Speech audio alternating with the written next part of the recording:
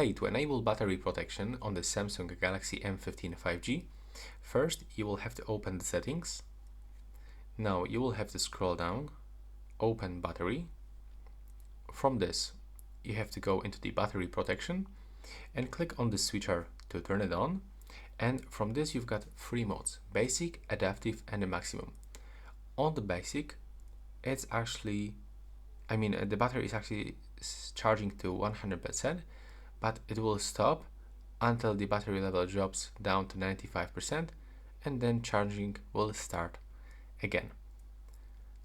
Then we've got the adaptive, so it will actually use maximum while we are asleep and switch to the basic before we wake up. So it will switch to the basic.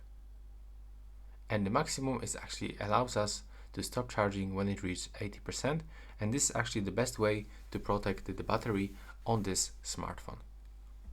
But if you need to reach 100% of your battery, go to the basic. And that's all for this video. Right now, please subscribe.